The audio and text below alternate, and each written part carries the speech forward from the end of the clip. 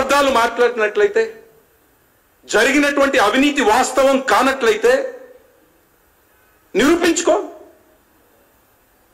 ప్రజలు నిన్ను హర్షిస్తారు. ఆధారాలతో మేం ప్రభుత్వానికి 19 ప్రశ్నలు సంధించినాము. ఈ 19 ప్రశ్నలకు ఫస్ట్ సమాధానం చెప్పాల్సినటువంటి బాధ్యత కాంగ్రెస్ ప్రభుత్వానికి, మంత్రి గారికి ఉంది. నంబర్ 1. నంబర్ 2, మేము సంధించినటువంటి ప్రశ్నలు అబద్ధం అయ్యుంటే, బాధ్యతాయుతమైనటువంటి ప్రభుత్వంలో నువ్వు పనిచేసినట్లయితే, రైతులకు న్యాయం జరగాలి అనేటటువంటి సంకల్పం, లక్ష్యం ఈ అవినీతిలో కూరుకుపోయినటువంటి కాంగ్రెస్ ప్రభుత్వానికి ఉంటే, మంత్రుల బృందం క్షేత్ర స్థాయిలో పరిశీలన చేసి రైతుల యొక్క సమస్యలను తెలుసుకొని, మిల్లర్లు ఏ రకంగా ఇబ్బంది పెడుతున్నారో తెలుసుకొని అప్పుడు మాట్లాడాల్సినటువంటి బాధ్యత ఒక బాధ్యతాయుతమైనటువంటి ప్రభుత్వానికి ఉంటుంది, మంత్రికి ఉంటుంది. ఇవన్నీ ఏం చేయకుండానే రాజకీయ విమర్శలు చేస్తూ ఉన్నారు. ఈరోజు భారతీయ జనతా పార్టీ రాష్ట్ర అధ్యక్షులు కిషన్ రెడ్డి గారు ఒక కేంద్ర మంత్రిగా, రైతు పక్షపాతిగా క్షేత్ర స్థాయిలో పరిశీలన చేసి వాస్తవాలను ప్రజలకు చెప్పడం జరిగింది. అదేవిధంగా భారతీయ జనతా పార్టీ ప్రధాన కార్యదర్శి బండి సంజయ్ గారు క్షేత్ర స్థాయిలో పరిశీలన జరిపి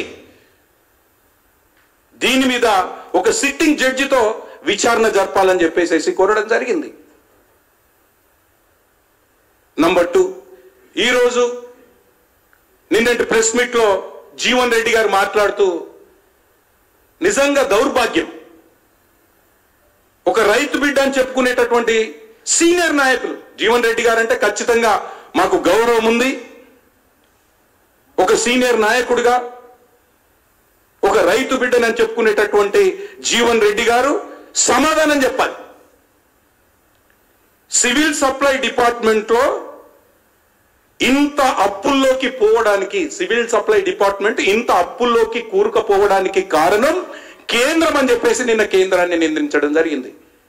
నిజంగా అపారమైనటువంటి అనుభవం ఉన్నటువంటి ఒక రైతు బిడ్డ జీవన్ రెడ్డి గారు ఈ రకంగా రాజకీయంగా అపరిపక్వతతో మాట్లాడడం అనేటటువంటిది నిజంగా నేను ఆశ్చర్యానికి గురవుతున్నాను. ఇక్కడ జరుగుతున్నటువంటి అవినీతికి కేంద్ర ప్రభుత్వానికి ఏమన్నా సంబంధం ఉందా? నువ్వు విమర్శించాలి అనుకుంటే గత ప్రభుత్వంలో సివిల్ సప్లై డిపార్ట్మెంట్ లో జరిగినటువంటి అవకతవకల గురించి మాట్లాడు, దానికి బాధ్యులు ఎవరో తేల్చి. ఇది మాట్లాడకుండా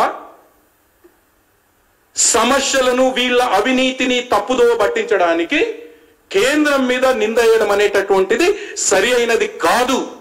ఒకవేళ నిజంగా జీవన్ రెడ్డి గారు కేంద్రం కారణం అయ్యుంటే ఏ రకంగా కారణమో జీవన్ రెడ్డి గారు సమాధానం చెప్పాలని చెప్పి నేను ప్రశ్నిస్తా ఉన్నాను.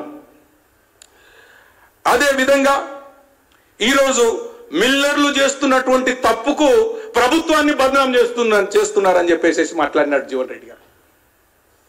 అంటే మిల్లర్లు ఎవరి నియంత్రణలో, నీ నియంత్రణలో లేరా?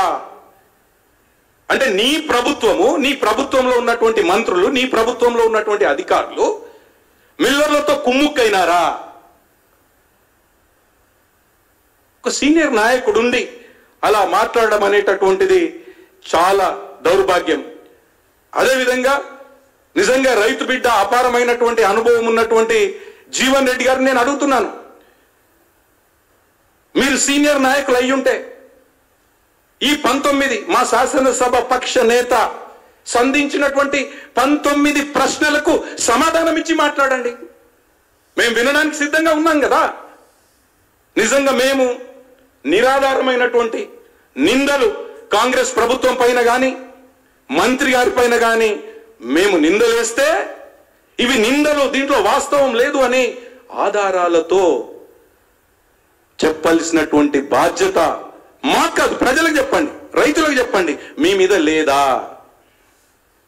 కాబట్టి ఈరోజు పుండొకటైతే మందొక్కటిలాగా కాంగ్రెస్ ప్రభుత్వం బిహేవ్ చేస్తూ ఉంది.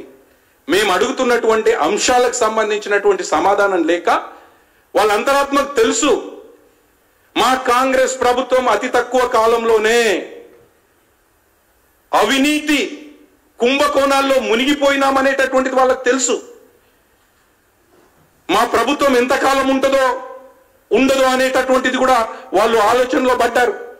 ఎందుకంటే ఆ రోజు మా శాసనసభ పక్ష నేత మహేశ్వర్ రెడ్డి గారు ప్రజల పక్షాన ఒక ఉత్తమ్ కుమార్ రెడ్డి గురించే మాట్లాడలేదు, బి ట్యాక్స్ గురించి మాట్లాడాడు, ఆర్ఆర్ ట్యాక్స్ గురించి మాట్లాడాడు, యూ ట్యాక్స్ గురించి మాట్లాడాడు. కాబట్టి దయచేసి కాంగ్రెస్ లో ఉన్నటువంటి సీనియర్ నాయకులు, కాంగ్రెస్ ప్రభుత్వంలో ఉన్నటువంటి మంత్రులు, దయచేసి మీరు అవినీతి చేయనట్లయితే అవకతవకలకు